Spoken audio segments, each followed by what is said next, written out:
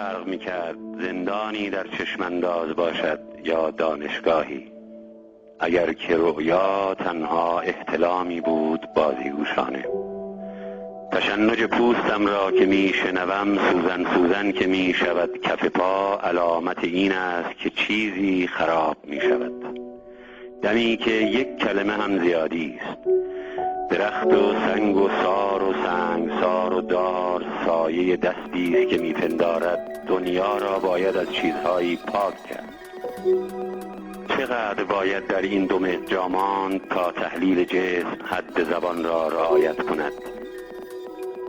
چه تازیانه کف پا خورده باشد، چه از فشار خونی موروث در رنج بوده باشی، قرار جایش را می سپارد به بیقراری که وقت و بی وقت سایه به سایه رگ به رگ دنبالت کرده است تا این خواب. تظاهرات تورم را طی می کنم در گذر دلالان. سر چهار راه صدای درشت می پرسد ویدئو مخرب تر است یا بمب اتم؟ مسیح هم که بیاید انگار صلیبش را باید حراج کند. صدای زنگ فلز در دندانهای طلا و خارش کپک در لاله های گوش، نصیب نسلی که خیلی دیر رسیده است. نه سینما و نه مهمانی در تاریخ، هجوم کاشفانی با تأخیر حضور. هزار کس می آیند و هزار کس می روند و هیچ کس را به خاطر نمی آورد.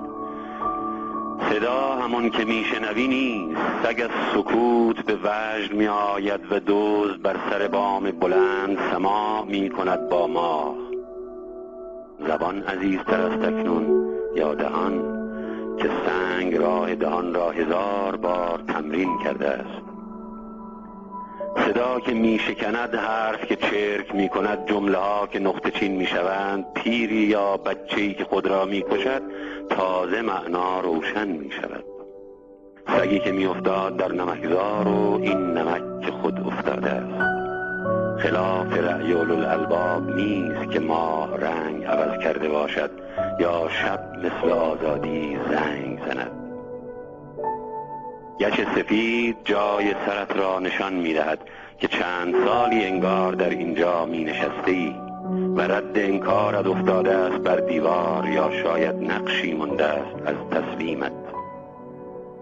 گزاری اصلا ناتمام و تازه این بیتابی که هیچ چیز آرامش نمی کند.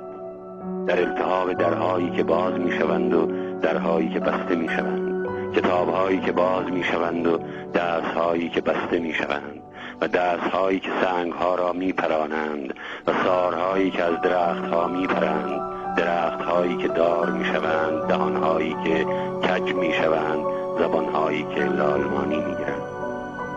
صدای گنگ و چشمانداز گنگ و خواب گنگ و همه که می انبوهد می ترکد. رؤیا که تکه تکه می پراکند، دانشگاهی که حل می شود در زندانی و چشماندازی که از هم می پاشد. خوابی که می شکند در چشم و چشم که میخ می شود در نقطه ای و نقطه که می ماند منگ در گوشه ای از کاسه سر که همچنان قلب می خورد.